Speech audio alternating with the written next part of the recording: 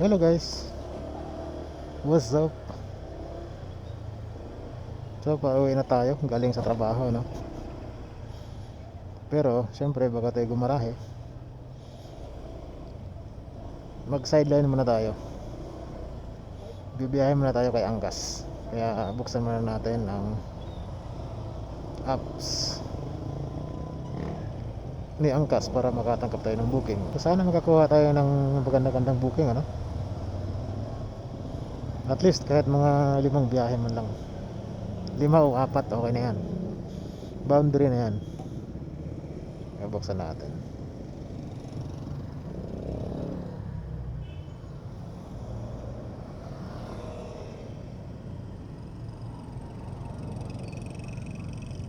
Palabas na tayo ng service road pero wala pang pumapasok na booking, ano?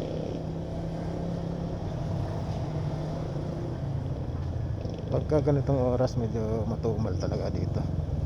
Standby muna tayo, no? At hindi pa tayo pinasukan. Hindi muna para hindi sayang ang biyahe natin.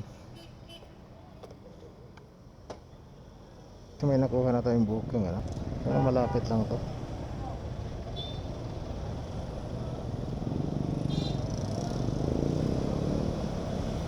Ayan, bumalik lang tayo ng konti.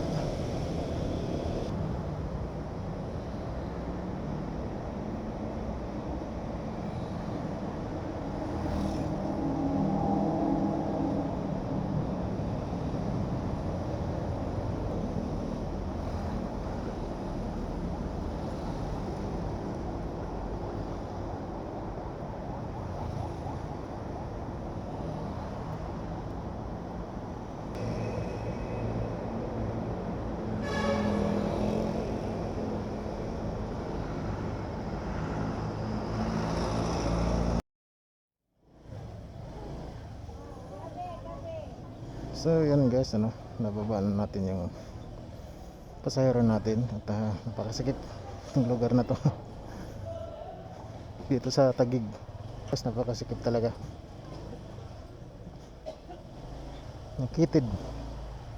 So mahirap dito pagka ano, no, pagka emergency. Kitid ng ano, nakitid ng daan. Baka makakuha pa tayo galing dito. Pero dito pagka gabi, mga alang-aning oras, medyo ano, nakakakaba. Mahina yung memorya mo, medyo maliligaw ka dahil maraming lagusan eh.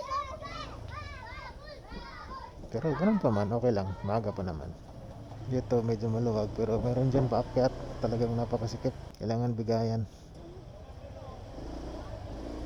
So, mayroong joyride, siguro mayroon siyang booking or baka pauwi na yon. So ito guys, oh, delikado dito pag may emergency talaga, just in case may, wag naman ano, mayroong sunog eh, mahirap, hindi makapasok ang truck ng bumbero.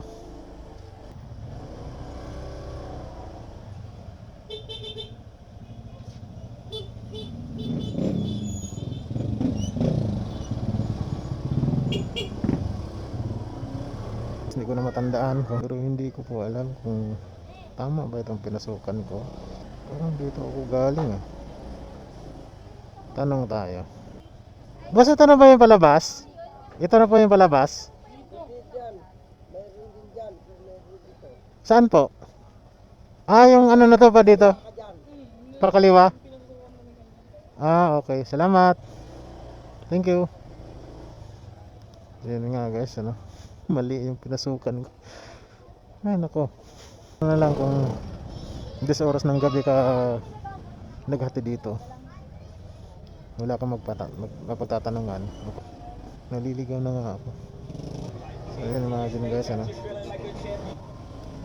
Boss, ito po ba yung palabas? Ah, ito. Dire-diretso na to. Salamat po ah. Thank you po. So yun guys, nakakaligaw talaga. Nakadalawang tanong na ako. So dito na pagdating sa kanto. Ayun, pati yung move ito. Naligaw din. Buhay angkas. Sa tagal ko nang nag-angkas ano, ngayon lang ako na-experience ng ganito. Ayun, may pumasok. Pangalawang booking. Ang masaklap nito kung pabalik tayo sa loob, wag naman sana no. Papuntang sa Iton Tower, Makati. Okay. So maganda.